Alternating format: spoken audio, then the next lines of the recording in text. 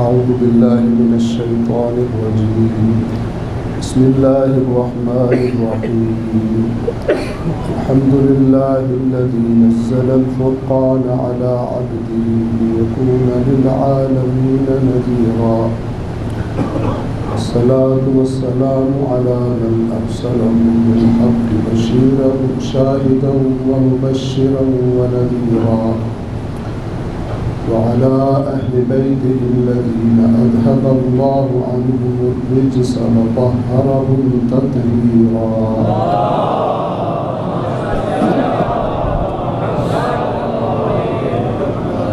واللعنة الدائمة على أعدائهم من يوم عداوتهم إلى قيام يوم كان شره مستطيرا.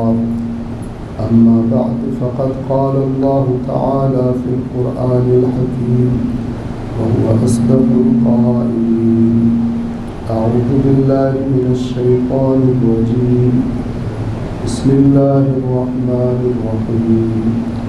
كنتم خير أمة أخرجت للناس تأمرون بالمعروف وتنهون عن المنكر وتؤمنون بالله ولو آمن أهل الكتاب لكان خيرا لهم منهم المؤمنون وأكثرهم الفاسقون. صدق الله العلي العظيم. صلوات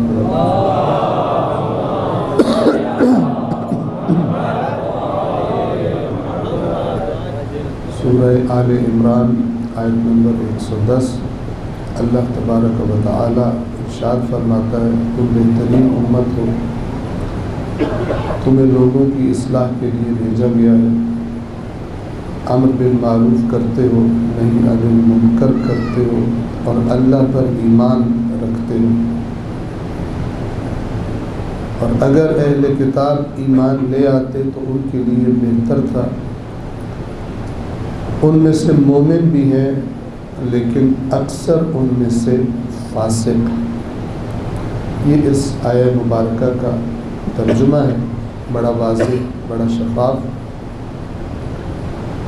اسی آیہ مبارکہ کے ذیل میں عرائض آپ کی خدمت میں عرض کی جا رہی، اور بنیاد یہ ہے اللہ کے رسول کے فرامین کی روشنی میں کہ رسول اللہ کے بعد دین کو سمجھنے کے لیے دو سرچشمے ہیں ہمارے پاس کہ جن کی طرف رہنمائی خود اللہ کے رسول نے کی ہے. ایک اللہ کا قرآن ہے اور ایک رسول اللہ کے اہل بیت کا فرمان ہے.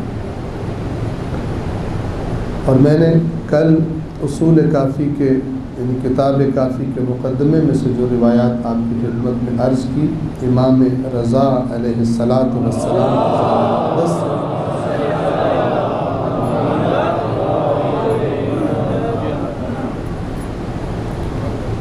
ان کا خلاصہ یہ ہے کہ فرمایا جو ایمان میں بغیر علم کے داخل ہوتا ہے، جو پہلے فرمایا جو ایمان میں علم کے ساتھ داخل ہوتا ہے وہ ثابت بھی رہتا ہے اور اس کا ایمان اسے فائدہ بھی دیتا ہے.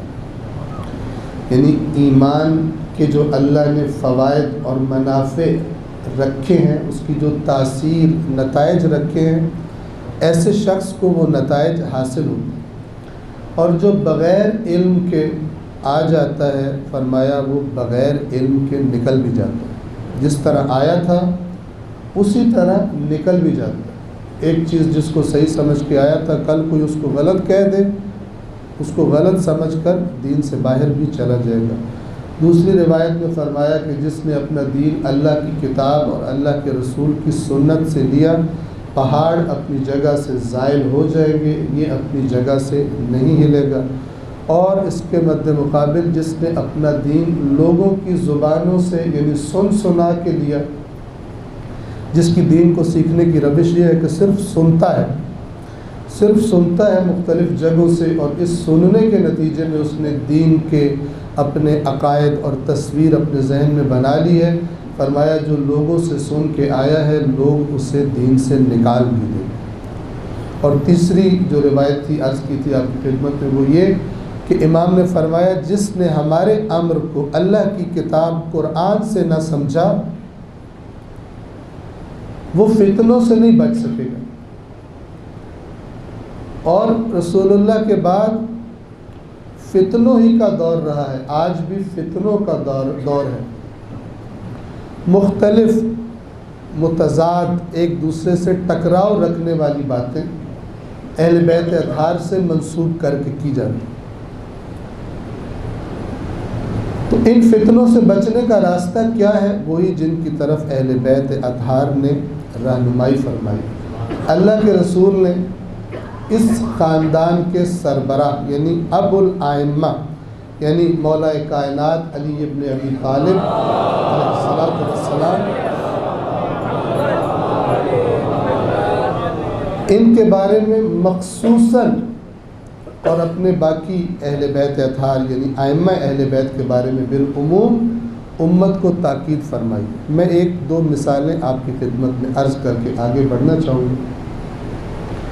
صحیح السند روایت ہے، متعدد معتبر سمجھے جانے والی کتابوں میں برادران اہل سنت جن میں ایک جس کا میں نے نام لیا تھا المستدرک علی الصحیحین، اور اس کے علاوہ دیگر کتابیں جو کتابیں بھی معتبر سمجھی جاتی ہیں اور خود اس حدیث کی سند بھی ان کے علماء کے نزدیک صحیح ہے. لیکن اس روایت سے جو نتیجہ لینا چاہیے وہ نتیجہ لینے میں امت میں کوتاہی ہے، امت نے کوتاہی کی ہے اور اس کی سزا بھی بھگت رہی. ایک غلام ہے حضرت ابو ذر غفاری کا جس کا نام ہے ابو ثابت تابعی.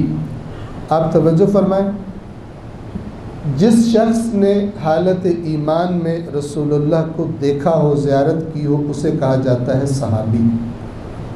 اور وہ شخص کہ جس نے رسول اللہ کو نہ دیکھا ہو لیکن رسول اللہ کے صحابہ میں سے کسی کو دیکھا ہو، ان کے ساتھ رہا ہو، اسے کہا جاتا ہے تابعی. تو یہ ابو ثابت کے جو غلام ہیں حضرت ابو ذر غفاری اللہ کے نبی کے اس عظیم صحابی کے، وہ اپنا قصہ بیان کرتے ہیں اس روایت میں کہ جب جنگ جمل ہوئی تو میں حضرت علی کے لشکر میں تھا. جب دونوں لشکر آمنے سامنے آئے تو سامنے حضرت عائشہ کو دیکھ کر میرے ذہن میں بھی وہی شک آیا جو بہت ساروں کو آ رہا تھا. توجہ فرما کہ ایک طرف زوجہ رسول ہیں اور ایک طرف امیر المؤمنین ہیں، کون حق پر ہے اور کون باطل پر ہے؟ یہ شک میرے بھی ذہن میں آیا.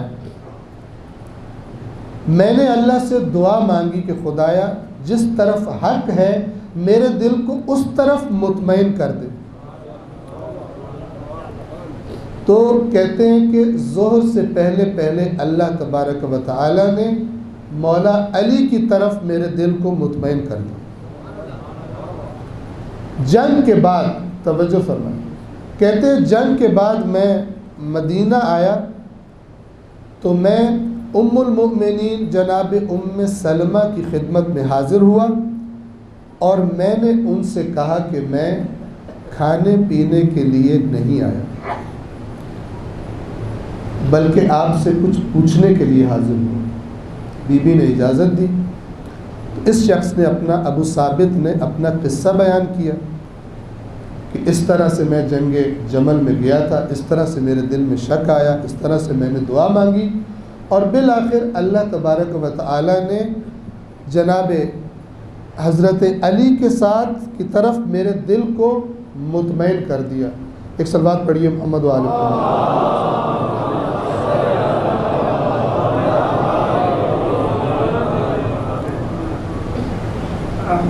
اس نے بی بی سے سوال کیا کہ میں نے ٹھیک کام کیا یا میں نے غلط کیا؟ تو ام المؤمنین جناب ام سلمہ یہ فرماتی ہیں کہ تو نے بالکل صحیح کام کیا. کیوں؟ اس لیے کہ میں نے یعنی ام المؤمنین نے یہ صحیح السند روایت ہے، اس روایت پر غور کیجیے، ساری امت غور کرے. بی بی فرماتی ہے ابو ثابت تو نے بالکل صحیح فیصلہ کیا علی کے ساتھ مل کر، علی کے لشکر میں شامل ہو کر، اس لیے کہ میں نے اپنے کانوں سے اللہ کے نبی کو فرماتے سنا ہے کہ قرآن علی کے ساتھ ہے، علی قرآن کے ساتھ ہے، قیامت تک یہ دونوں ایک دوسرے سے جدا نہیں ہو سکتے۔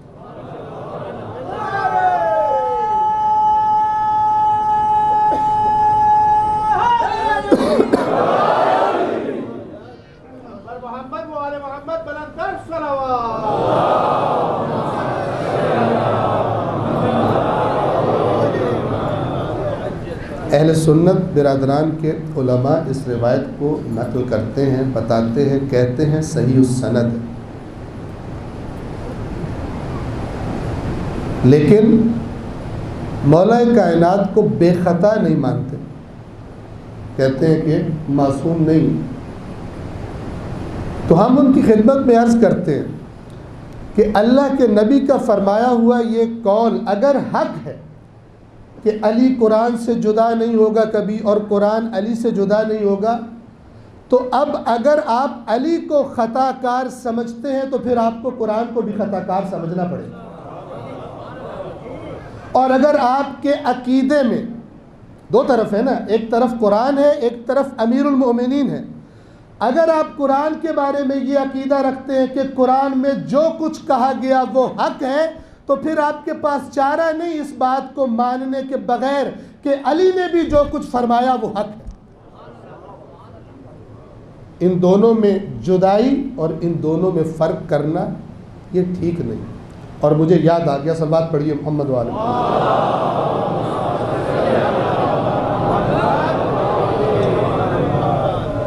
احمد ابن حنبل سے کسی شخص نے سوال کیا، بہت زیادہ پروپیگنڈا تھا، منفی تبلیغات تھی علی اور اولاد علی کے خلاف۔ اس کی ایک تاریخ ہے، عجیب و غریب واقعات ہیں۔ اس قدر بعض لوگوں کو اپنی نمازوں کے بعد مولا پر سب کرنا، نعوذ باللہ لعن کرنا، اپنی تعقیبات نماز میں شامل کر لیا تھا بہت سارے لوگوں۔ اس قدر زیادہ دین فروش خطیبوں نے تقریریں کر کر کے لوگوں کے ذہن خراب کر دیے تھے۔ اللہ کے نبی نے جو فضائل بیان کیے تھے مولا کے، وہ ذہنوں سے مٹا دیے۔ پھر وہی بات آ گئی، میں عرض کر دوں کہ پروپیگنڈے کی زد میں کون آتے ہیں؟ جنہوں نے دین کو سنجیدہ نہ لیا، سنی سنائی باتوں پہ چلتے۔ مولا مسجد میں مولا کی شہادت ہوتی ہے، شامی لوگ کہتے ہیں مسجد اور علی کا تعلق کیا تھا آپس میں، علی مسجد میں کیا کرنے گیا تھا۔ ہمیشہ باطل حکومتیں پروپیگنڈا کرتی ہیں، بہتان تراشی کرتی ہیں تاکہ اپنے مفاد حاصل کر سکیں۔ تو لوگوں نے اس طرح اپنی نماز کی تعقیبات میں اتنا اپنے اوپر لازمی کر لیا تھا مولا کے بارے میں برے الفاظ بولنا، سب کرنا، لعن کرنا، کہ ایک ان کے عالم کے بارے میں ملتا ہے جن کو ناسبی کہا جاتا ہے، اس کے بارے میں ملتا ہے کہ وہ اس نے ایک جگہ نماز پڑھی اور نماز پڑھنے کے بعد آگے چل پڑا اور کافی دور جا کر اس کے ذہن میں خیال آیا کہ میں نے جہاں نماز پڑھی تھی وہاں میں نے علی کو سب نہیں کیا نماز کے بعد، تو کئی میل کا سفر طے کر کے واپس آیا اس ثواب کو اپنے ذہن کے مطابق لینے کے لیے، اور اسی جگہ پر بیٹھ کر مولا کو برا بھلا کہا اور دوبارہ سفر پر واپس چلا گیا۔ یہ پروپیگنڈا تھا۔ اور بہت سارے علماء اہل سنت میں، جن میں سے ایک نام ان احمد ابن حنبل کا بھی ہے، انہوں نے بہت ساری کوشش کی ہے مولا علی کو اہل سنت کے درمیان واپس ان کا مقام، البتہ جو ان کی نظر میں مقام تھا، اسے بحال کرنے کے لیے، ورنہ جو مقام واقعاً اللہ اور اس کے رسول نے دیا تھا وہ مقام آج تک بحال نہیں ہوا۔ وہ ان کی ولایت کو مانتے بھی نہیں اس طرح، اور ظاہر بات ہے اس طرح ان سے اٹیچ بھی نہیں، ان کے مقابلے میں اوروں کی بات بھی سن لیتے ہیں۔ اور ہم یہ کرتے ہیں کہ ہم مولا کی ولایت کے قائل ہیں، لیکن مولا کی باتیں ماننے میں ابھی ہم بھی بہت پیچھے۔ مولا کی بات ماننے والی صفت ہمارے اندر بھی بہت کم پائی جاتی ہے، جس پر میں بھی تاکید آپ کی خدمت میں عرض کر رہا ہوں۔ اور یہ مولا کی اطاعت کس کی اطاعت ہے؟ قرآن کی اطاعت، اس لیے کہ یہ آپس میں جدا کبھی بھی نہیں ہو سکتے۔ تو احمد ابن حنبل سے اسی پروپیگنڈے کی زد میں آیا ہوا ایک شخص آ کر سوال کرتا ہے کہ آپ مجھے یہ امام حدیث بہت بڑے محدث، ان کی مسند احمد ابن حنبل مشہور ہے اہل سنت، بہت بڑی کتاب ہے، بہت زیادہ ہزاروں احادیث پر مشتمل. تو اس میں یہ شخص آتا ہے اور کہتا ہے کہ آپ مجھے یہ بتائیے کہ یہ جو روایت ہم سنتے ہیں کہ حضرت علی نے فرمایا انا قسیم النار، میں آگ کی تقسیم کا معیار ہوں. نار سے مراد جہنم، چونکہ اس روایت میں جو لفظ ہے وہ فقط انا قسیم النار ہے، ورنہ مکمل بات مراد وہی ہے انا قسیم النار والجنہ، یعنی میں معیار ہوں جس معیار پر جنت اور جہنم تقسیم ہوگی.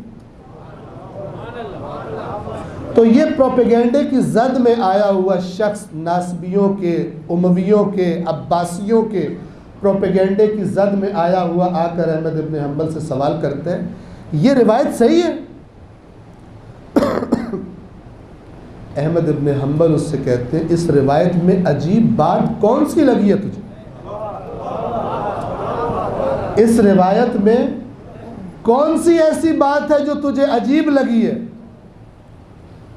پھر خود ہی جواب دیا، کہا تو نے یہ صحیح حدیث نہیں سنی کہ اللہ کے نبی نے حضرت علی سے یہ فرمایا تھا کہ اے علی تجھ سے محبت صرف وہ رکھے گا جو مومن ہے، اور تیرے بارے میں بغض فقط اس کے دل میں ہوگا جو منافق ہے. تو نے یہ حدیث نہیں سنی؟ اس نے کہا میں نے یہ حدیث سنی ہے. تو احمد ابن حنبل نے اس سے سوال کیا تو پھر اب تو مجھے بتا کہ اگر علی سے محبت کرنے والا مومن ہے اور علی سے بغض کرنے والا منافق ہے، یہ بات تجھے معلوم ہے، تو اب تو مجھے خود بتا کہ مومن کی جگہ اللہ نے کیا بتائی ہے اور منافق کی جگہ اللہ نے کیا بتائی ہے.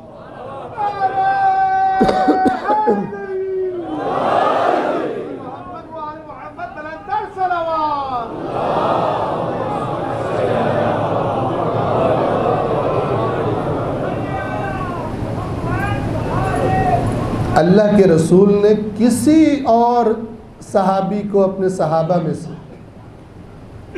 اس طرح معیار قرار نہیں دیا، اور صحابہ رسول انہی کتب میں موجود ہے. صحابہ رسول یہ حدیث رسول اللہ سے سننے کے بعد، آپ کو پتہ ہے مدینہ میں قرآن نے گواہی دی ہے کہ مدینہ میں بہت سارے منافق بھی، سورہ توبہ میں ہے وَمِمَّنْ حَوْلَكَ مِنَ الْأَعْرَابِ مُنَافِقُونَ وَمِنْ أَهْلِ الْمَدِينَةِ. اے رسول آپ کے آس پاس یہ جو دیہاتی علاقے ہیں ان میں سے بہت سے جو عرابی ہیں، بدو ہیں، یہ منافق ہیں، مطلب کے لیے کہتے ہیں ہم نے اسلام قبول کر لیے. اور صرف وہ نہیں بلکہ اہل مدینہ میں سے بھی منافق ہیں، جو مدینہ میں آپ کے ساتھ رہ رہے ہیں ان میں سے بھی منافق ہیں، اور چھوٹے موٹے منافق بھی نہیں ہیں. مردو علی النفاق، بڑی ڈھٹائی کے ساتھ اپنے نفاق پہ، منافقت پہ ڈٹے ہوئے، چکر دیتے اوپر سے مسلمان بنے. تو یہ جب حدیث فرمائی رسول اللہ نے ارشاد فرمایا تو اس کے بعد صحابہ کرام سے روایات ملتی ہیں کہ جس شخص کے بارے میں ہم مشکوک ہو جاتے تھے کہ یہ مومن ہے یا منافق ہے، تو ہم کسی بہانے سے جب کسی محفل میں وہ شخص بیٹھا ہوتا تھا تو ہم کسی بہانے سے اسے چیک کرنے کے لیے علی کا ذکر چھیڑ دیتے تھے.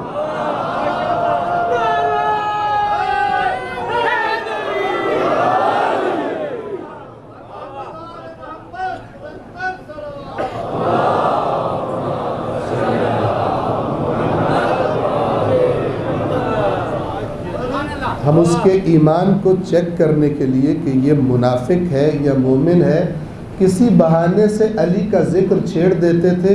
علی کا ذکر چھیڑتے ہی اگر اس کا چہرہ کھل جاتا تھا تو ہم سمجھ جاتے تھے یہ مومن ہے، اور اگر اس کے چہرے پر برے اثرات آ جاتے تھے تو ہم جان لیتے تھے اللہ کے رسول کی گواہی کے مطابق یہ منافق ہے.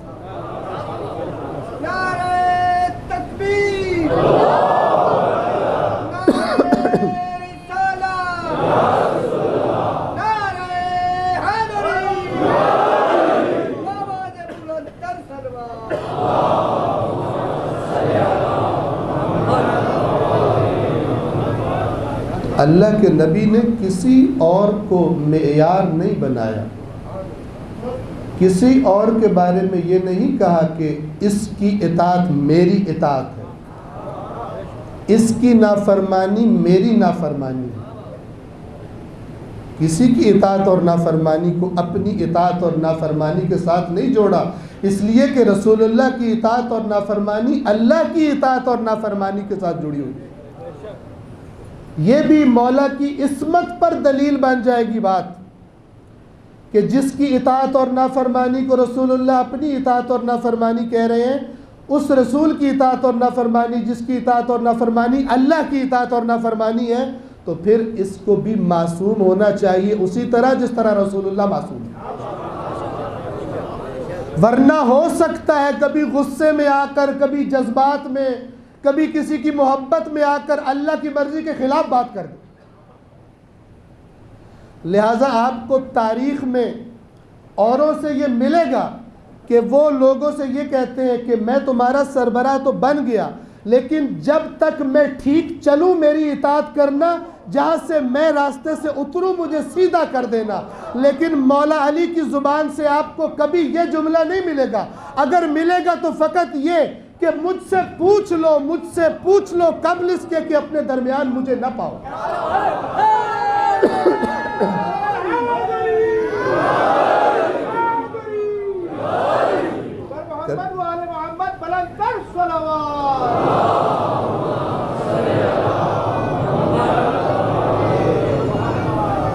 آپ کو تاریخ میں یہ تو ملے گا مثلاً کہ خلیفہ ثانی کسی کیس کا فیصلہ غلط کرنے لگتے ہیں، تو اس کے بعد جب جناب امیر کو پتہ چلتا ہے اور وہ آ کر اس کیس کا صحیح فیصلہ، صحیح قضاوت بتاتے ہیں، تو خلیفہ ثانی کی یہ جملے تاریخ میں، کتب حدیث میں محفوظ ہیں۔ ایک آپ سنتے رہتے ہیں زیادہ، ایک آپ کم سنتے ہیں۔ ایک جملہ یہ ہے لولا علی لہلک عمر، ایسے موقع پر یہ جو فیصلہ کرنے میں جا رہا تھا، اگر علی نہ ہوتے تو میں ہلاک ہو جاتا، میں ہلاکت میں پڑ جاتا۔ اس کے علاوہ بھی جملہ ہے، وہ فرمایا کرتے تھے کہ اے اللہ کسی ایسی مشکل کے لیے ابن الخطاب کو زندہ نہ رکھنا جس کے حل کے لیے ابو طالب کا بیٹا نہ ہو۔ کسی ایسی مشکل کے لیے خطاب کے بیٹے کو زندہ نہ رکھنا جس کو حل کرنے کے لیے ابو طالب کا بیٹا موجود نہ ہو۔ یہ کتب تاریخ میں ملتے ہیں۔ فرمایا کرتے تھے اقضانا علی، یہ جو فیصلے کرنے ہوتے ہیں، یہ جو عدالتی فیصلے کرنے ہوتے ہیں، ہم سب کے درمیان سب سے بڑا قاضی، زیادہ جاننے والا علی ابن ابی طالب۔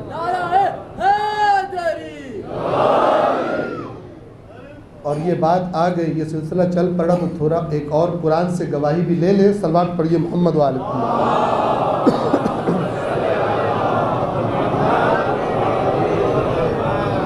سورہ بقرہ میں 2 آیات ہیں، آپ کی خدمت میں عرض کروں۔ قرآن کریم اللہ کی کتاب ہے، اللہ نے اپنی کتاب میں معیار بتائے ہیں، معیار بتائے ہیں حق اور باطل کی تشخیص کے، صحیح اور غلط کا پتہ کرنے کے معیار بتائے ہیں۔ کس معاملے میں اللہ کا معیار کیا ہے، کرائٹیریا کیا ہے؟ تو سورہ بقرہ کی آیت نمبر 246، 246 اور 247 دوسرے سپارے کے تقریباً دوسرے جز کے آخر میں یہ آیات آتی ہیں۔ توجہ فرمائیے گا، اللہ ارشاد فرماتا ہے الم تر الی الملأ من بنی اسرائیل من بعد موسیٰ، کہ آپ نے نہیں دیکھا بنی اسرائیل کے ان بڑوں کو، آج کی زبان میں چودھریوں کو، سرداروں کو، جو ذرا معاشرے کے بڑے لوگ ہوتے ہیں، آپ نے ان کے بارے میں غور نہیں کیا؟ حضرت موسیٰ کے بعد کے زمانے میں حضرت موسیٰ گزر چکے تھے، لیکن آپ کو پتہ ہے بنی اسرائیل میں بہت سارے نبی آئے، اور اس نبی جس کا یہ قصہ ہے اس کے بارے میں روایات میں ملتا ہے، ان کا نام شموئیل تھا۔ تو قرآن فرماتا ہے آپ نے نہیں دیکھا بنی اسرائیل کے ملا یعنی کچھ بڑے موسیٰ کے بعد انہوں نے اذ قالوا لنبیہم ابعث لنا ملکا نقاتل فی سبیل اللہ. اچھی طرح ایک ایک نقطے پر ان آیات کی توجہ فرمائیں. قرآن کی آیات معیار ہدایت ہے، نور ہدایت ہے، راستہ دیکھنے کے لیے. یہ لوگ اپنے نبی کے پاس آئے اور نبی سے آ کے کہتے ہیں ہمارا ایک بادشاہ بنا دیجئے، ہمارا ایک سربراہ بنا دیجئے کہ جس کی سربراہی میں ہم دشمنوں کے ساتھ جہاد کریں گے، قتال کریں گے.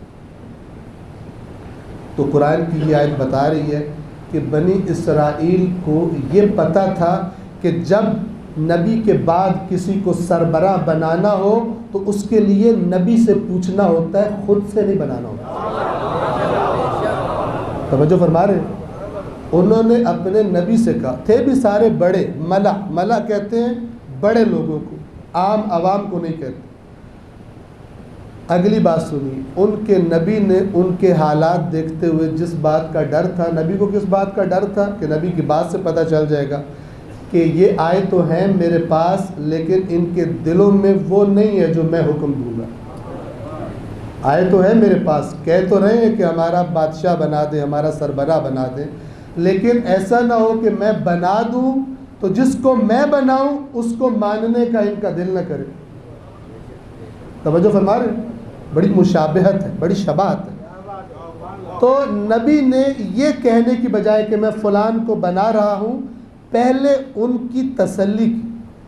فرمایا کہ اگر تم پر قتال فرض کر دیا جائے، یعنی تمہارا کوئی سربراہ بنا دیا جائے اور اس سربراہ بنانے کے بعد تم پر قتال فرض ہو جائے تو ایسا تو نہیں ہوگا کہ تم پھر مکر جاؤ.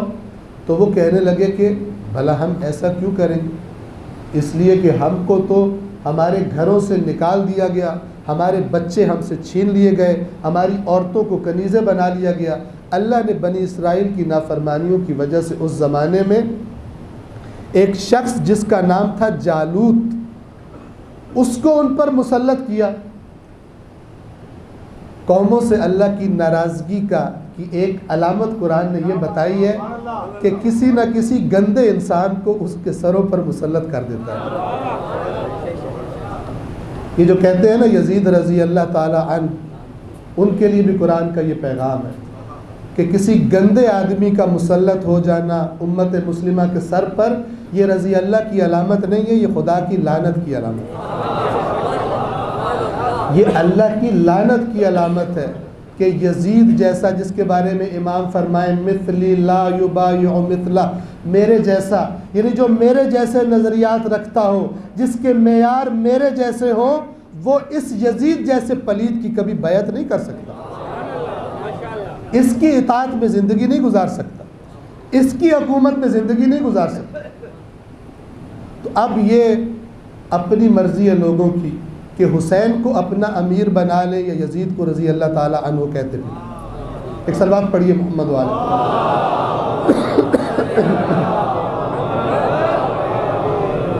تو اللہ نے جالوت کے جو بڑا ظالم شخص تھا اس کو ان پر مسلط کر دیا.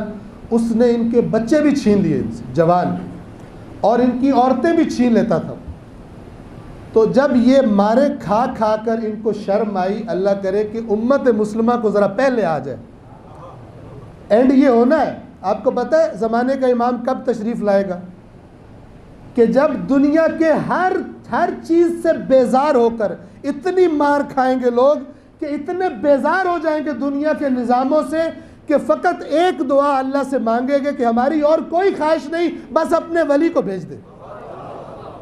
ہم اس دنیا اور جو کچھ دنیا میں ہے، جو ظلم و ستم ہو رہا ہے، اس سے اب بیزار ہو گئے ہیں، اور کیونکہ اس ظلم سے نجات تیرا ولی دلوائے گا، سب کچھ لے لے، اپنے ولی کو بھیج دے.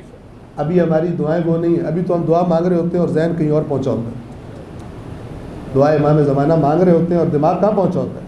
کہیں اور پہنچا ہوتا ہے. ابھی تو ہم امام زمانہ کا واسطہ بھی دیتے ہیں اللہ کو تو اپنی کوئی دنیاوی خواہش پوری کرنے کے لیے. توجہ فرما رہے ہیں؟ مجھے ایک صاحب ملے، کوئی 60 سے اوپر ان کی عمر تھی، اور ایک جوانوں والی خواہش تھی ان کی تو وہ پوری نہیں ہوئی. تو مجھے کہتے ہیں کہ مجھے کسی شخص نے کہا تھا کہ امام زمانہ کا چلہ کاٹو 40 دن، یہ دین ہوتا ہے بعض لوگوں کا. امام زمانہ کا چلہ کاٹو، تمہاری جو خواہش ہے پوری ہو جائے گی. تو بابا جی کی خواہش جوانوں والی تھی. تو مجھے کہتا ہے کہ میں نے 40 دن ریگولر وہ چلہ کاٹا ہے اور میری وہ خواہش پوری نہیں ہوئی. مجھے نہ کر دی گئی ہے اس طرف سے جو میری خواہش تھی، اور میں امام زمانہ کے بارے میں مشکوک ہو گیا. توجہ فرمائیں، دنیا پرست ایسے ہوتے. امام حسین کے ساتھ جو دنیا پرست آ رہے تھے، جیسے ہی ان کو پتہ چلا کہ وہاں تو مسلم کو شہید کر دیا گیا، فوراً ایکسکیوزز لے کر آنا شروع ہو گئے. کسی کی شوگر، میں اپنے لفظوں میں کہہ رہا ہوں، کسی کی شوگر ہائی ہو گئی، کسی کا کولیسٹرول خراب ہو گیا، کسی کو پتہ نہیں کیا مرض بن گیا. امام کو آہستہ آہستہ چھوڑ کر جانے لگے. پہلے سمجھ رہے تھے حکومت ملنے کو وہاں تیاری مکمل ہے، تو جب امام کو حکومت ملے گی تو ظاہر ہے کوئی نہ کوئی سیٹ تو ہمارے پاس بھی آ جائے گی. جب دیکھا سیٹ نہیں ہے، وہاں تو چھریاں اور خنجر اور تلواریں اور نیزے تیار ہیں، تو فوراً امام کو چھوڑ کر چلے گئے. فوراً امام کو چھوڑ کر چلے گئے. تو ان سے اللہ کے نبی نے کہا کہ ایسا تو نہیں کرو کہ قتال تم پر واجب ہو جائے اور تم مکر جاؤ. تو کہنے لگے وما لنا اللہ نقاتل فی سبیل اللہ، ہمیں کیا ہے کہ ہم اللہ کے راستے میں قتال نہ کریں. وقد اخرجنا من دیارنا وابنائنا، ہمیں ہمارے گھروں سے نکال دیا گیا، ہمیں ہمارے بچوں سے دور کر دیا گیا. اللہ فرماتا ہے فلما كتب عليهم القتال تولوا الا قليلا منهم والله علیم بالظالمین، کہ جب ان پر قتال فرض ہو گیا تو پھر گئے سوائے ایک قلیل تعداد کے. قرآن اور کربلا جدا نہیں ہے نا، تو دیکھیں کربلا میں بھی قلیل، اور وہاں بھی مطالبہ کرنے والے بہت سارے، لیکن وقت آنے پر جہاد کرنے والے قلیل.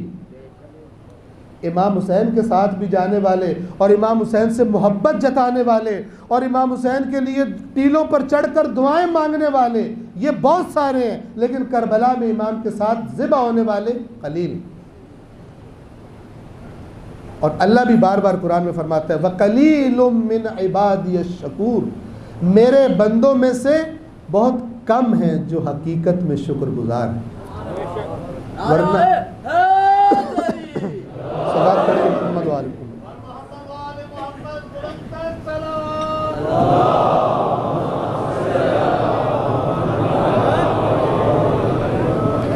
فرمایا واللہ علیم بالظالمین، اللہ کو ظالموں کا علم تھا، اس لیے اس نے اپنے نبی سے کہا تھا پہلے ان سے کہو پھر مکر تو نہیں جاؤ. اب اگلی آیت 247 سنیے اور خوب توجہ کے ساتھ سنیے. بڑی فیصلہ کن آیت ہے اس کے لیے جس کا معیار فیصلوں کا قرآن. اللہ فرماتا ہے، بیان کر رہا ہے امت مسلمہ کو قرآن میں بیان کیا جا رہا ہے. اور یہ جو اللہ گزشتہ قوموں کے قصے بیان کرتا ہے نا، یہ وہ قصے نہیں ہیں جو بچوں کو سلانے کے لیے بیان کیے جاتے ہیں، یہ سوئے ہوئوں کو جگانے کے لیے بیان کیے جاتے ہیں. توجہ فرما رہے ہیں؟ تو خدا فرماتا ہے وَقَالَ لَهُمْ نَبِيُّهُمْ، جب انہوں نے مطالبہ کیا تو ان کے نبی نے ان کو یہ کہا. وَقَالَ لَهُمْ نَبِيُّهُمْ، ان کے نبی نے ان سے کہا ان اللہ قد بعث لکم طالوت ملکا، بے شک اللہ نے طالوت کو تمہارا سربراہ چنا ہے. اس کا مطلب کیا ہے کہ مطالبہ نبی سے بھی کیا جائے، امت کا سربراہ اللہ چنتا ہے. توجہ فرما رہے؟ یہ قرآن کی آیت کیا بتا رہی ہے؟ کہہ سکتا تھا نبی کہ میں تمہارا سربراہ بنا رہا ہوں طالوت کو. یہ قرآن ہے، حدیث نہیں ہے. سند میں شک ہو گیا تو فلان میں شک ہو گیا. ذالک الکتاب لا ریب فیہ، قرآن کی بیان کردہ ایک ایک بات پیغام سے بھری ہوئی ہے، اور وہ پیغام جس کے مقابلے میں کوئی چیز قابل قبول نہیں ہوتی. تو اللہ کیوں بتا رہا ہے؟ امت مسلمہ کو سمجھایا جا رہا ہے طریقہ سربراہ چننے کا. تو کیا فرمایا؟ ان کے نبی نے ان سے کہا تم نے مجھ سے مطالبہ کیا تھا، لیکن میں تمہیں بتا رہا ہوں تمہارا سربراہ چنا ہے، لیکن میں نے نہیں، اللہ نے چنا ہے. ان اللہ قد بعث لکم طالوت ملکا، طالوت کو تمہارا ملک، تمہارا بادشاہ بنایا ہے اللہ نے۔ تو یہ جو بڑے بن جڑ کے آئے تھے اللہ کے رسول سے کہنے کہ آپ کیونکہ بڑے ہیں اور آپ ہی سب کچھ ہیں اور آپ کا حکم مانا جائے گا، ہم آپ کی اطاعت فرض ہے ہم پر، انہوں نے یہ سنتے ہی کہ ان کی مرضی کا بندہ نہیں بنایا گیا، یہ تو کوئی لے کر آئے تھے، یہ ہو سکتا ہے جب ہم کہیں تو رسول جو اللہ کا نبی ہے وہ بہت دوبارہ ہمارے کوڑ میں پھینک دے اور کہے ٹھیک ہے آپ مشورہ دیں کہ اس کو بنا، تو پھر ہماری مرضی کا بن جائے۔ ایسا نہیں ہوا، اللہ نے اپنی مرضی کا بندہ چن لیا ان پر۔ جیسے ہی اللہ کے نبی نے یہ فرمایا، قرآن گواہی دیتا ہے قالو، تو یہ وہی لوگ جو کہہ رہے تھے ہمارا بنا دیجئے کوئی سربراہ، وہی لوگ کیا کہتے ہیں جواب میں؟ قالو انا یکون لہ الملک علینا، بھلا یہ کیسے ہمارا بادشاہ بن سکتا ہے؟ اگر تم نے یہی بات کہنی ہے تو پہلے پھر نبی سے مطالبہ کیوں کیا؟ اگر نبی سے مطالبہ کر رہے ہو تو پھر جو نبی کہتے وہ مان لو، اور اگر تمہارے اپنے معیار ہیں تو پھر نبی سے جھوٹ نہ بولو، پھر نبی سے یہ کہو کہ ان معیارات کے مطابق ہماری مرضی کا بندہ ہے، آپ اوکے کر دیں، ٹھیک ہے نا؟ لیکن ذرا دوسری طرف سے آ رہے تھے، قرآن نے اس کو بیان فرمایا، کیا کہنے لگے؟ یہ کیسے ہمارا بادشاہ بن سکتا ہے؟ اور پھر اپنا معیار بتایا کہ جو طالوت میں نہیں تھا، وہ صفت بتائی بادشاہ کی اہلیت نہ ہونے کی، طالوت میں وہ صفت بتائی کہ جس کو وہ معیار سمجھتے تھے، اور کہنے لگے وَلَمْ يُؤْتَ سَعَةً مِّنَ الْمَالِ، یہ کیسے بادشاہ بن سکتا ہے؟ یہ غریب آدمی، اور ہماری پراپرٹیز ہیں ماشاءاللہ، آج کی زبان میں کہہ رہا ہوں، ہمارے بینک اکاؤنٹس آپ چیک کر لیں، یا رسول اللہ ہمارے بینک اکاؤنٹس چیک کریں، ہماری پراپرٹیز چیک کریں، ہمارے تعلقات چیک کر لیں، سب کچھ بہت زیادہ ہے۔ طالوت ایک چرواہا تھا، طالوت نہ حضرت یوسف کی اولاد میں سے تھا، نہ حضرت لاوی کے جن کی اولاد میں سے مثلا بادشاہ چل رہے تھے ان کی اولاد، حضرت یوسف کی اولاد میں سے بادشاہ چل رہے تھے، لاوی کی اولاد میں سے انبیاء چل رہے تھے، دونوں میں سے نہیں تھا۔ تو ان کے معیار کے خلاف جب اعلان ہوا تو انہوں نے فوراً اپنے اندر جو بات تھی اس کو اگل دیا، کہنے لگے اس کے پاس تو مال نہیں ہے۔ اب آپ توجہ فرمائیے، ساری امت نے کاش توجہ فرمائی ہوتی، اللہ نے اپنے معیار پیش کیے اس نبی کی زبان سے، وہ دو معیار ہیں، توجہ فرمائیے، اور پھر ڈھونڈیے اللہ کے رسول کے صحابہ کرام میں سے، تمام صحابہ کرام میں سے یہ دو صفات جس میں سب سے زیادہ ہیں اس کو سربراہ ہونا چاہیے۔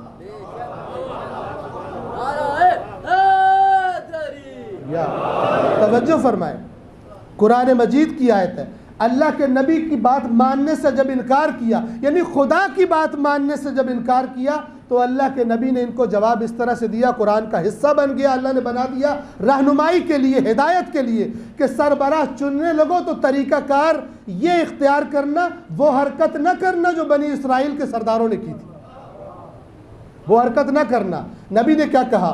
وَقَالَ لَهُمْ نَبِيُّهُمْ، ان کے نبی نے ان سے کہا، پہلی بات اِنَّ اللَّهَ اسْتَفَاهُ عَلَيْكُمْ، تم نے سنا نہیں، میں نے فیصلہ نہیں کیا، طالوت کو اللہ نے چنا ہے تم پر، تم نے سنا نہیں، اِنَّ اللَّهَ اسْتَفَاهُ عَلَيْكُمْ، اللہ نے چنا ہے طالوت کو تمہارا سربراہ۔ اور پھر خدا کے معیار بھی بتائے قرآن نے، کس معیار کی بنا پر طالوت کو تم پر فوقیت دی ہے، اگرچہ تمہارے مال زیادہ ہے، اگرچہ تمہاری باقی دنیا داری کے اعتبار سے چیزیں زیادہ ہیں، لیکن جس معیار پر اللہ سربراہ بناتا ہے اس میں طالوت تم سے زیادہ ہے۔ اور وہ کون کون سے دو معیار ہیں؟ ان اللہ اصطفاہ علیکم وزادہ بسطۃ فی العلم والجسم، اور اللہ نے طالوت کو علم میں بھی تم سے زیادہ کیا ہے اور شجاعت میں بھی تم سے زیادہ کیا ہے۔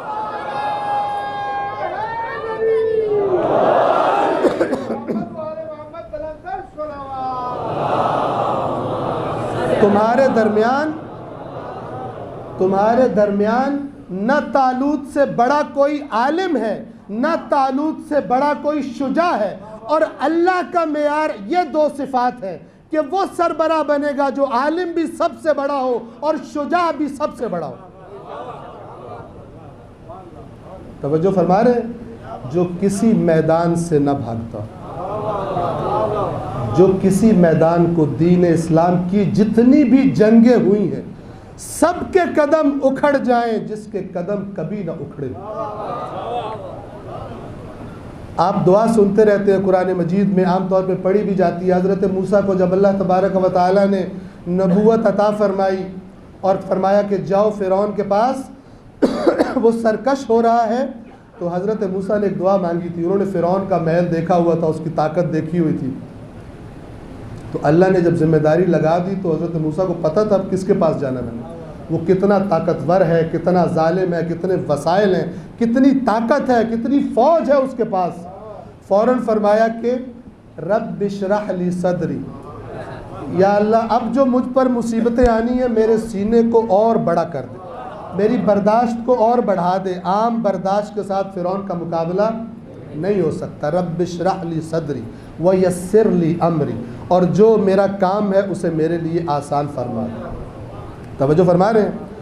وَحْلُلْ عُقْدَةً مِّن لِسَانِي، تھوڑا زبان کا مسئلہ تھا کہ اس عقدے کو، میری زبان کے عقدے کو کھول دے۔ اگلے جو جملے ہیں توجہ فرمائیں، وَاجْعَلْ لِي وَزِيرًا مِّنْ أَهْلِي، اور اے اللہ اس کام میں میرے اہل میں سے، یعنی میرے اہل بیت میں سے میرا ایک وزیر بنا دے۔ وزیر کا معنی عربی زبان میں آپ اردو میں سنتے رہتے ہیں، وزیر کا اصل معنی ہوتا ہے جو کسی کا بوجھ بانٹ لیتا ہے، ٹھیک ہے، جو کسی کا بوجھ بانٹ لیتا ہے۔ وَاجْعَلْ لِي وَزِيرًا مِّنْ أَهْلِي، میرے لیے میرے اہل میں سے ایک وزیر قرار دے۔ ہارون اخی، میرے بھائی ہارون، میرے بھائی ہارون کو میرا وزیر بنا دے۔ وَأَشْرِكْهُ فِي أَمْرِي، اور جو حکم تو نے مجھے دیا ہے، جو کام میرے ذمے لگایا ہے، اس ذمہ داری کے ادا کرنے میں اسے میرے ساتھ شریک بنا دے۔ توجہ فرمائیں، مسند احمد ابن حنبل کی روایت، اسی مسند احمد ابن حنبل کی روایت ہے کہ اللہ کے نبی یہ قرآنی دعا مانگا کرتے تھے، حضرت موسیٰ والی دعا مانگا کرتے تھے، فقط نام بدل دیا کرتے تھے، نام بدل دیا کرتے تھے، فرمایا کرتے تھے رب اشرح لی صدری، کہ اے اللہ اس سخت کام کے لیے میرے سینے کو کھول دے۔ توجہ فرما رہے ہیں، رب اشرح لی صدری ویسر لی امری، اور اس کے بعد کیا فرماتے تھے، وَاجْعَلْ لِي وَزِيرًا مِّنْ أَهْلِي عَلِيًّا أَخِي، میرے اہل بیت میں سے اس کام میں میرا ایک وزیر قرار دے دے جو علی ہے، میرا بھائی ہے۔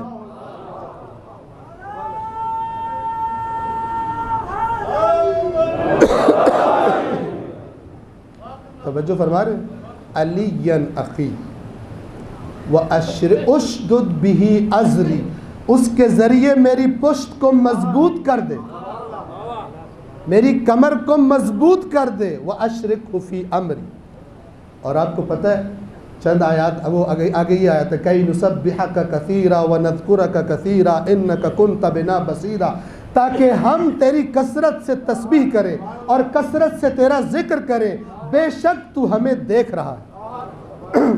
اگلی آیت میں اللہ کیا فرماتا ہے، قرآن کی جو آیات ہے، موسیٰ ہم ایک اور بار تجھ پر راضی ہوئے اور جو تو نے مانگا تھا ہم نے عطا کر دیا۔ اب میں پوچھنا چاہوں گا کہ موسیٰ کی دعا زیادہ طاقتور ہے یا رسول اللہ کی؟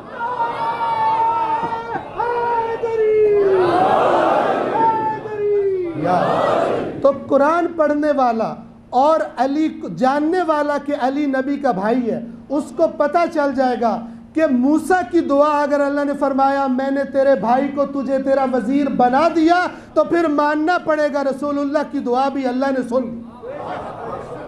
محمد بلند تر صلوات،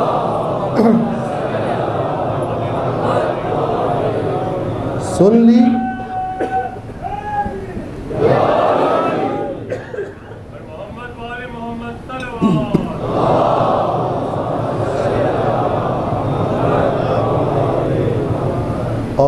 علی کو وزیر بنا دیا. آپ کو پتہ ہے یہ جو علی کو اپنا بھائی بنانا ہے، رسول اللہ نے بڑے استثنائی ایکسیپشنل طریقوں سے امت کو یہ بتایا ہے.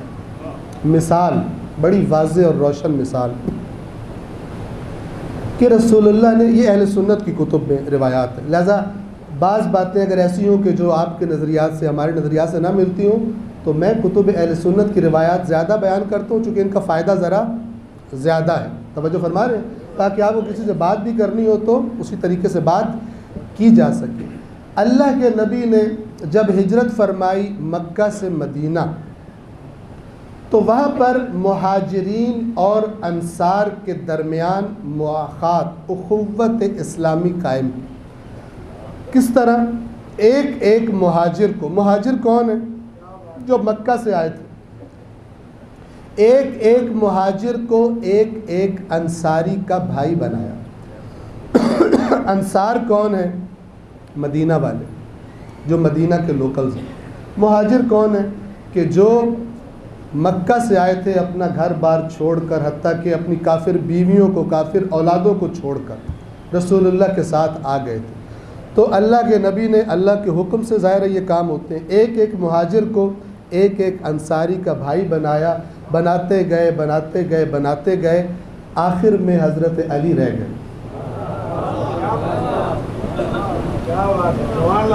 اب یہ ان کی روایت ہے.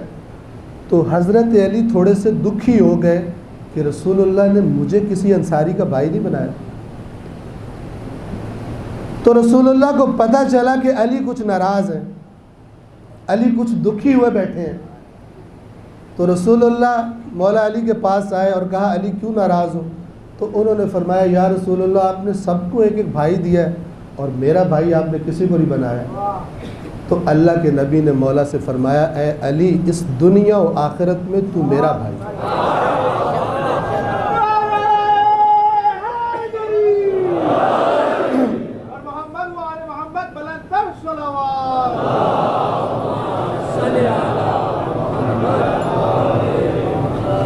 دنیا و آخرت میں تیرا اور میرا وہ رشتہ ہے کہ جب بھی کہیں رشتے بنیں گے تیرا رشتہ میرے ساتھ بنے گا.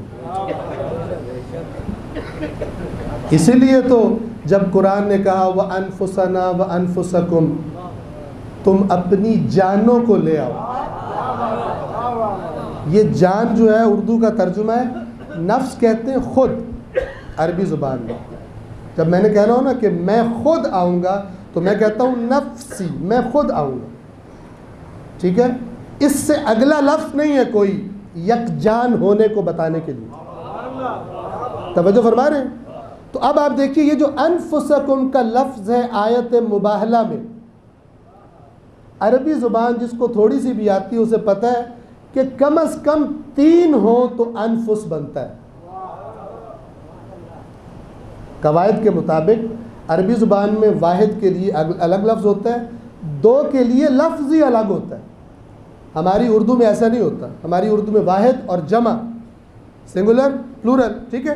لیکن عربی زبان میں واحد جمع کے درمیان ایک اور چیز بھی ہوتی ہے، وہ یہ کہ جب 2 ہوں تو اس کے لیے عربی میں لفظ ہی الگ ہوتا ہے. لیکن یہ جو لفظ قرآن نے استعمال کیا ہے یہ جمع کا لفظ ہے. اور یہ فضیلت ایسی ہے کہ جس میں اگر کوئی شک کرے نا تو اس کے دین میں شک کرنا چاہیے. توجہ فرما رہے ہیں کہ اللہ نے فرمایا اپنی عورتیں لاؤ. ہم اپنی عورتیں لاتے ہیں تو عورتیں بہت ساری تھیں. رسول اللہ کی کم از کم 9 ازواج اس وقت موجود تھی، لیکن 7 کس کو لے کر گئے؟ ایک کو. کوئی رسول اللہ سے کہتا ہے یا رسول اللہ عربی کے قواعد کے مطابق تو کم از کم 3 کی گنجائش ہے اس میں، 3 کو تو لے کر جائیں. لیکن اللہ کے نبی نے امت کو کچھ اور بتانا تھا. محمد علیہ محمد انت صلوات.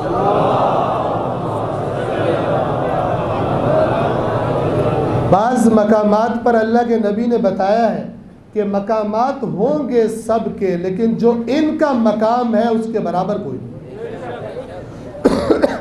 تو نساءنا و نساءکم ایک بی بی گئی. ابناءنا میں بھی 3 ہونے چاہیے کم از کم، 2 گئے. توجہ فرما رہے ہیں؟ ابھی آج کل کچھ مریض لوگ جن کا ذمہ داری جن کی ابلیس نے یہ لگائی ہے کہ تم نے فقط لوگوں کے دلوں میں اہل بیت کے فضائل کے بارے میں شک پیدا کر دیا۔ تو وہ کہتے ہیں آل رسول سے مراد ساری امت ہے رسول کی۔ توجہ فرما رہے ہیں، آل رسول سے مراد ساری امت ہے، ساری امت ہے رسول اللہ کی۔ بہرحال یہ ابھی ہمارا موضوع بحث نہیں ہے۔ پھر تیسری جگہ پہ فرمایا وَأَنفُسَنَا وَأَنفُسَكُمْ، تم اپنی جانوں کو لے آؤ، ہم اپنی جانوں کو لے آتے۔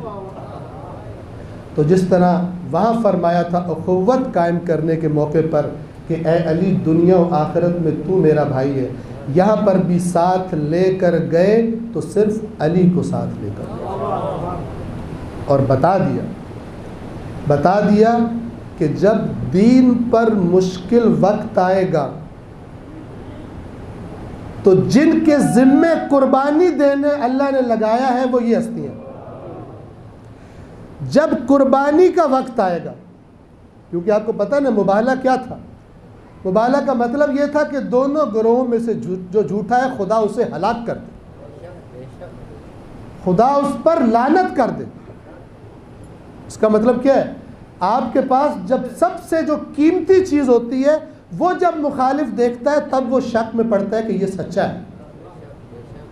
وہ جو پہلے آپ کے بارے میں شک میں تھا کہ پتہ نہیں یہ سچا ہے یا جھوٹا ہے، جب وہ دیکھتا ہے نا کہ یہ اس مبالے کے لیے اپنی سب سے قیمتی چیزوں کو، کہ جن کے بعد ہے باقی جو کچھ بھی ہے، سب سے قیمتی اپنے عزیزوں کو لے کر آیا ہے، تب وہ سوچنے پر مجبور ہو جاتا ہے کہ اگر یہ جھوٹا ہوتا تو ان پیاروں کو ساتھ لے کر نہ آتا۔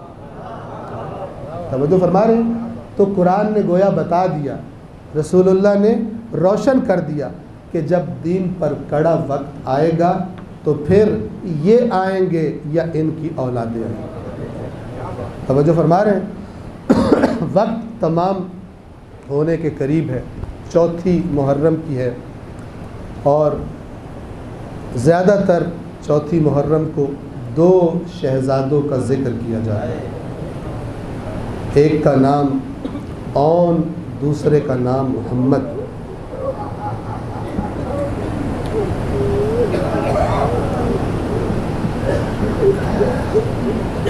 بڑی عجیب محبت تھی بی بی زینب کو اپنے بھائی حسین سے۔ آج ہی ایک روایت پڑھ رہا تھا کہ بی بی زینب جب دنیا میں تشریف لائیں، جھولے میں جب ہوا کرتی تھی، روایت کے لفظ یہ ہے کہ حسین جب بی بی کے جھولے سے دور ہوتے تھے بی بی رونا شروع کر دیتی، اور جیسے ہی حسین جھولے کے قریب آتے تھے بی بی کے چہرے پر مسکراہٹ آ جاتی تھی۔ اور ساتھ اس روایت کے لفظ یہ ہے کہ اگر حسین چلتے چلتے جھولے کے دائیں جانب چلے جاتے تو بی بی زینب کا چہرہ بھی دائیں طرف ہو جاتا۔ جہاں جہاں حسین جاتے زینب کی آنکھیں بھی حسین کا پیچھا کرتی رہتی۔ جناب سیدہ نے رسول اللہ کی خدمت میں عرض کیا، یا رسول اللہ، بڑا عجیب و غریب پیار ہے میری بیٹی زینب کا حسین کے ساتھ۔ یہ سن کر رسول اللہ کی آنکھوں سے آنسو جاری ہو گئے۔ بی بی نے عرض کیا، یا رسول اللہ آپ گریہ فرما رہے ہیں؟ فرمایا، بیٹی زہرا، یہ آپ کی بیٹی زینب اپنے بھائی حسین کے ساتھ کربلا جائے گی۔ اور تاریخ نے گواہی دی کہ جب مولا حسین مدینہ چھوڑنے لگے تو بی بی زینب نے بھی ساتھ آنے کا کہا۔ امام حسین نے فرمایا، آپ زوجہ ہیں عبداللہ ابن جعفر کی، آپ کے شوہر کا حکم آپ پر ہے۔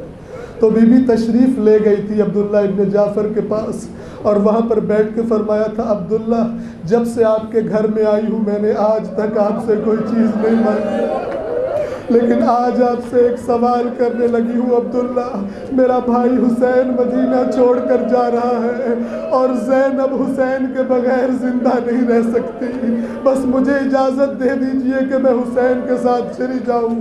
مختصر کروں عزادارو، جب امام حسین مکہ سے باہر نکلے، جناب عبداللہ نے ایک خط دیا اپنے دونوں بیٹوں کو، اون و محمد کو، کم سن بیٹے ہیں، اور فرمایا یہ میرا خط امام حسین کو پہنچا دو۔ وہ خود کوشش کر رہے تھے کہیں سے امان نامہ لے لے امام حسین کے لیے۔ دونوں فرزندوں نے امام حسین کو جناب عبداللہ ابن جعفر کا خط پہنچایا، پیچھے سے عبداللہ ابن جعفر خود بھی آ گئے، امام حسین کو جانے سے روکنے لگے۔ امام حسین نے فرمایا عبداللہ میں اس سفر سے نہیں رک سکتا، میں نے خواب میں اپنے نانا کو دیکھا ہے، میرے نانا نے مجھے حکم دیا ہے حسین آپ نے کربلا جانا ہے، لہٰذا مجھے کربلا جانے سے نہ روکو۔ جب یہ بات سنی تو عبداللہ جو بوڑھے بھی تھے اور بیمار بھی تھے امام حسین سے عرض کرتے ہیں، اپنے بیٹوں سے پہلے جا کر گزارش کی، اپنے بیٹوں سے کہا اون محمد میں تو نہیں جا سکتا، تم نے حسین کے ساتھ رہنا ہے، جب حسین پر کوئی کڑا وقت آئے تم پہلے قربان ہونا، حسین کو قربان مت ہونے دینا، حسین کے صدقے کے طور پر تم حسین کے ساتھ رہو۔ بس عزادارو 10ویں عاشور کا دن آ گیا، بلکہ دن نہیں، دن سے پہلے 10ویں کی رات کا تذکرہ کر دوں۔ شب عاشور ہے، تلاوت قرآن جاری ہے حسین کے لشکر میں، اللہ سے مناجات جاری ہے، مائیں اپنے بچوں کو جہاد کے لیے تیار کر رہی ہیں۔ حسین کبھی ایک خیمے کی طرف جاتے ہیں، کبھی دوسرے خیمے کی طرف جاتے ہیں۔ بس ذرا سنیے گا، ایک دفعہ حسین بی بی زینب کے خیمے کے پاس آئے، کیا دیکھتے ہیں حسین بی بی زینب اپنے دونوں شہزادوں کو پاس لے کر بیٹھی ہیں اور جہاد کے لیے بی بی اپنے بچوں کو تیار کر رہی ہیں، فرما رہی ہیں اے اون اے محمد جب میدان میں جانا تو لوگوں کو نہ بتانا تم کون ہو، اس طرح بہادری سے تلوار چلانا کہ لوگوں کو پتہ چل جائے تم علی کے نواسے ہو، تمہاری شجاعت سے لوگوں کو پتہ چلے تم کس کے نواسے ہو۔ اپنے بچوں کو سمجھا رہی ہیں مجھے حسین کے سامنے شرمندہ نہ کرنا، مجھے حسین کے سامنے شرمندہ نہ کرنا۔ اور پھر فرمایا دیکھو اون محمد جب تم حسین سے جہاد کی اجازت مانگنے جاؤ گے ہو سکتا ہے حسین میری وجہ سے تمہیں اجازت نہ دیں، میری وجہ سے تمہیں اجازت نہ دیں، تم حسین کو ایک واسطہ دینا۔ کون سا واسطہ دینا؟ جب دیکھو کہ حسین تمہیں بالکل اجازت دینے کو نہیں مان رہے تو حسین سے کہنا حسین آپ کو اپنی ماں زہرا کا واسطہ ہمیں جہاد کے لیے جانے دیں۔ پس عزادارو عصر عاشور آ گئی، بہت سارے اصحاب حسین شہید ہو گئے، بہت سارے حسین کے پیارے شہید ہو گئے۔ ایک دفعہ بی بی زینب اپنے شہزادوں سے کہتے ہیں، فرماتی ہیں اون محمد حسین کے پیاروں کی لاشیں آ رہی ہیں لیکن ابھی تک تمہاری لاشیں نہیں آئی، اتنی تاخیر کیوں؟ جاؤ حسین سے میرے بھائی سے اجازت مانگو۔ یہ دونوں شہزادے اجازت لینے کے لیے گئے، کافی دیر ہو گئی، بی بی باہر منتظر ہیں، جب دونوں شہزادے باہر نہیں آئے تو سمجھ گئی حسین اجازت نہیں دے رہے۔ ایک دفعہ بہن بھائی کے پاس خیمے میں داخل ہو گئی، فرمایا حسین میرے بچوں کو داخل اذن جہاد کیوں نہیں دے رہے؟ حسین فرماتے ہیں بی بی آپ کی امانتیں ہیں، بہت سارے لوگوں نے جہاد کر دیا، مجھے آپ کے سامنے شرم آتی ہے۔ بی بی نے فرمایا حسین ایک جملہ بولا، عزادارو سنیے گا، حسین آج میں ایک بات کہتی ہوں، یہ اجازت میں آپ کی خدمت میں علی کی بیٹی ہو کر نہیں بلکہ جعفر طیار کی بہو ہونے کی نسبت سے مانگ رہی ہوں۔ سب خاندانوں نے اپنا حصہ شامل کیا ہے کربلا میں، میرا حصہ بھی کربلا میں شامل کیجئے، ہمارے خاندان کا حصہ بھی کربلا میں شامل کیجئے۔ پس عزادارو اس کے بعد حسین نے اجازت دے دی، دونوں شہزادوں کو باری باری سینے سے لگایا، بوسہ دیا۔ مقتل کے الفاظ ہیں، ایک شہزادے کو حسین نے سوار کیا، دوسرے کو عباس نے سوار کیا۔ یہ دونوں میدان جہاد میں جب نکلے عمر ابن سعد اللعین دیکھ رہا تھا، اس نے شہزادوں کو پہچان لیا۔ اس خبیث نے ایک جملہ بولا ان دونوں کم سن شہزادوں کو میدان میں نکلتے دیکھ کر، کہتا ہے لگتا ہے بڑی محبت ہے زینب کو اپنے بھائی سے، بڑی محبت ہے بہن کو اپنے بھائی سے، اپنے بچوں کو بھیج دیا میدان جہاد میں۔ دونوں نے عزادارو شجاعت کے جوہر دکھائے۔ پھر وہ وقت آیا جب دونوں شہزادے زمین پر گرے اور بلند آواز سے پکارا مامو حسین ہماری خبر لیجئے۔ حسین و عباس دونوں کی لاش پر پہنچے۔ بس آخری جملہ، لاشوں کو لے کر جب خیموں کے پاس آئے، بیویاں آ گئی لاشوں کے پاس، لیکن سب نے دیکھا بی بی زینب نہیں آ رہی۔ بی بی زینب سے جا کر سوال کیا، بی بی آپ سب لاشوں پر آئی اور محمد کی لاشوں پر کیوں نہیں آ رہی؟ بی بی نے جواب میں فرمایا، مجھے حیا آتی ہے کہ کہیں اپنے بچوں کی لاشوں کو دیکھ کر میرے منہ سے کوئی آہ و بکا نکل جائے اور میرا بھائی حسین میرے سامنے شرمندہ ہو جائے۔ الا لعنت اللہ علی القوم الظالمین وسیعلم الذین ظلموا ای منقلب ینقلبون۔